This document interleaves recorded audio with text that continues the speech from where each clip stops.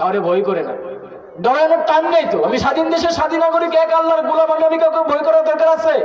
আমি তো রাসূলের উত্তরসূরি, আমি তো খালিদ বিন ওয়ালিদের উত্তরসূরি, আমি তো ওমরের উত্তরসূরি, আমি তো শাহজালালের উত্তরসূরি, আমি তো আহমেদের উত্তরসূরি, আমি তো আহমদ শফির উত্তরসূরি, আরে আমি তো মামুনুল হকের উত্তরসূরি। আমি কাউকে ভয় করার টাইম নাই।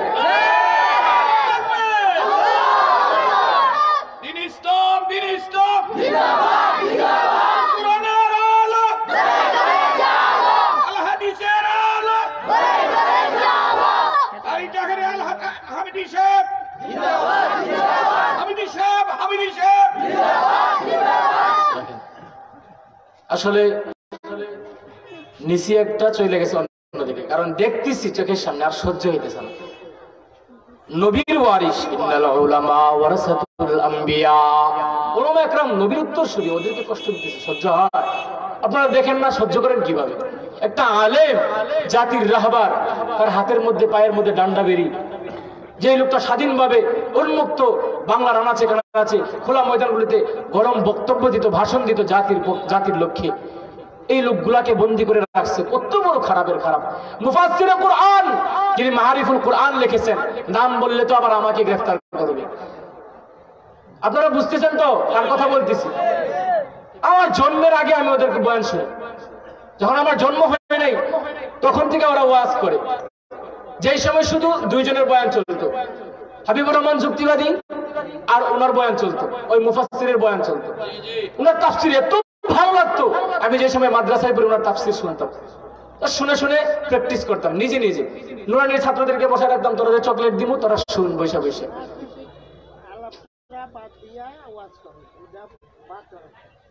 আমি তো রাজনীতি কোন আলোচনা করতেছি না।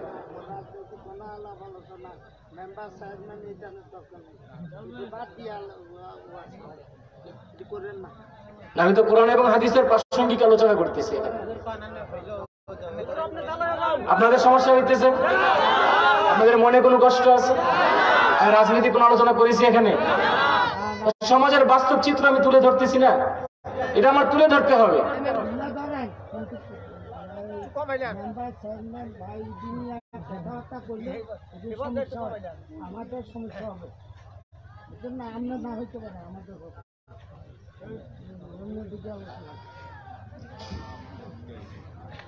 আল্লাহ রে আল্লাহ রে, কোন দুনিয়ায় পাঠাইলা আমারে, ঠিক কি না? আল্লাহ রে আল্লাহ রে, কোন দুনিয়ায় পাঠাইলা আমারে। স্বাধীন দেশে স্বাধীন এই দেশে থেকে হক কথা বলা দায়, হক কথা বললে আবার যেতে হইরে জেলখানায়। স্বাধীন এই বাংলাদেশে হক কথা বলা দায়, হক কথা বলতে গেলে যেতে হইরে জেলখানায়। নামে স্বাধীন আসলে পরাধীন, ঠিক কিনা? নামে স্বাধীন আসলে পরাধীন, শান্তি কোথাও নাই রে। আল্লাহ রে কোন দুনিয়ায় পাঠাইলা আমারে, আল্লাহ রে আল্লাহ রে, কোন দুনিয়ায় পাঠাইলা আমারে।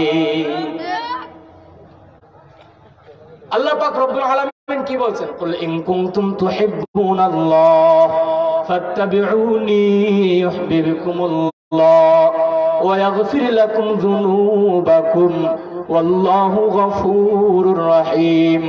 আমি আল্লাহর ভালোবাসা পাইবা, আমি আল্লাহর ভালোবাসা পাওয়ার জন্য আমি রাসূলের ভালোবাসার শর্ত অনুসরণ করে দিলাম। আমার রাসূলের মহব্বত তোমার অন্তরে যদি থাকে, মনে করবা আমি আল্লাহকেও তুমি মহব্বত করেছো, আর আমি আল্লাহকেও যদি তুমি মহব্বত করো, আমি আল্লাহ তোমাকে মহব্বত করব। তোমার যাবতীয় গুনাহসমূহ ক্ষমা করে দিব। তুমি নামাজ পড়ো নাই, আমি আল্লাহ ক্ষমা করে দিতেও পারি, কিন্তু বান্দা কারো হক নষ্ট করেছো, হক নষ্ট করলে আমি আল্লাহ তোমাকে ক্ষমা করব না জিন্দেগিতে। এরে ফুলকামুরির মানুষ, তোমার আমাদেরকে সতর্ক করা লাগবে। সতর্ক না করলে মানুষ বারবার প্রতারণা ধোঁকার শিকার হয়। মানুষ বিশ্বাস করে ভোট দেয়, ভোট দেওয়ার পরে কিন্তু আর সেই বিশ্বাস থাকে না। ওরে ভাই, আমি তো আসলে বাস্তব চিত্রই তুলে ধরতেছি। আমাদের পরিবর্তন হওয়া লাগবে। পরিবর্তন না হলে জিন্দেগিতে সমাজ পরিবর্তন হবে না। জনপ্রতিনিধি যদি ভালো হয়, সমাজটাও ভালো হবে। জনপ্রতিনিধি যদি নামাজি হয়, জনপ্রতিনিধি নামাজি হওয়ার কারণে তার জনগণ নামাজি হবে। জনপ্রতিনিধি যদি সুদ না খায়, মানুষও সুদ খাবে না। জনপ্রতিনিধি যদি আলেমদেরকে মহাব্বত করে, ওই মানুষও তাকে মহাব্বত করবে, আলেমও তাদেরকে মহাব্বত করবে। জনপ্রতিনিধি যদি দুঃখী মানুষের পাশে দাঁড়ায়, ওই দুঃখী মানুষ আবার দ্বিতীয়বার যখন নির্বাচন আসবে, ওই দুঃখী মানুষগুলা ওই জনপ্রতিনিধির জন্য আগে জীবন দিতে প্রস্তুত থাকবে। আর জনপ্রতিনিধি যদি ধোঁকাবাজি করে দ্বিতীয়বার আর যাওয়ার কোনো সাহস নাই, ক্ষমতা নাই। কারণ মানুষ হলো সরল, সরল মানুষ যদি গরল হয়ে যায় অনেক সমস্যা আছে। নরম মানুষ, ঠান্ডা মেজাজের মানুষ যখন গরম হয়ে যাবে, দেখবেন 10-15 জন মিলেও তাকে কন্ট্রোল করতে পারে না, ঠিক কিনা? এজন্য ভাই, কেউ যদি ঠান্ডা মেজাজে থাকতে চায়, তাকে ঠান্ডা মেজাজে থাকতে দাও, গরম করবা না। কারণ গরম করলে এই গরমের সামাল তুমি দিতে পারবা না। কারণ জানে, আলেম ওলামারা কাউকে ভয় করে না। কেন?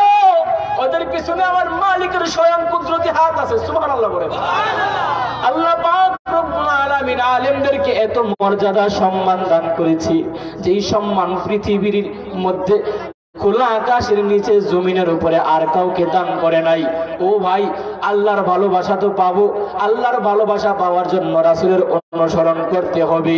রাসূল যেইভাবে জীবন যাপন করেছেন, সাহাবীদেরকে যেমন ভাবে আখলাক, উত্তম চরিত্র শিক্ষা দিয়েছেন, এমন আখলাক আর সুন্দর চরিত্র নিজের মধ্যে গঠন করতে হবে। আপনার কেউ টাকা মেরে দিয়েছে, আপনি তাকে গালাগালি না করে তাকে ক্ষমা করে দিবেন, অথবা তার জন্য আমার মালিকের কাছে হেদায়েতের দোয়া করবেন। কারণ আমার নবী কাফেরদের হাতে নির্যাতিত হইয়া জিন্দেগিতে বদদুয়া করে নাই, করছেন নাকি? আপনারা কি ঘুমাইতেছেন নাকি? জোরে আওয়াজ করেন, নবী কোনদিন কাউকে বদদুয়া দিছে নাকি? তাইফের ময়দানে পয়গম্বর আরবি নানা বাড়িতে দিনের দাওয়াত দিতে গেছে, সাথে করে পালক পুত্র যায়েদও গেছে। রাসূলের পালক পুত্র যখন সাথে গেলেন, দিনের দাওয়াত দিতেছেন। ইয়া আইয়ুহান নাস কুলু লা ইলাহা ইল্লাল্লাহ তুফলিহুন। হো তাইবাসী, কুলু লা ইলাহা ইল্লাল্লাহ, পড়ো লা ইলাহা ইল্লাল্লাহ তুফলিহুন, কামিয়াব হয়ে যাইবা। তাইফের মাসিরা বলতেছে, ও আব্দুল্লাহ ছেলে মুহাম্মদ, তুমি পাগল হয়ে গেছো, আনতা মাজনুন, তুমি পাগল। দুষ্ট ছেলেদেরকে পাথর দিয়ে লেলিয়ে দিয়েছে। আব্দুল্লাহ ইবনে মুহাম্মদ হুয়া মাজনুন, আব্দুল্লাহর ছেলে মুহাম্মদ সে পাগল, তাকে তোমরা পাথর নিক্ষেপ করতে থাকো। পয়গম্বর আরবের চেহারা এত সুন্দর, এত সুন্দর। আম্মা জান আয়েশা রাদিয়াল্লাহু তাআলা আনহা বলে, ও নবীর উম্মতেরা ভালো করে শোনো, ইউসুফ আলাইহিস সালাতু ওয়াস সালামের সৌন্দর্য দেখে জুলাইখা পাগল দিওয়ানা হয়।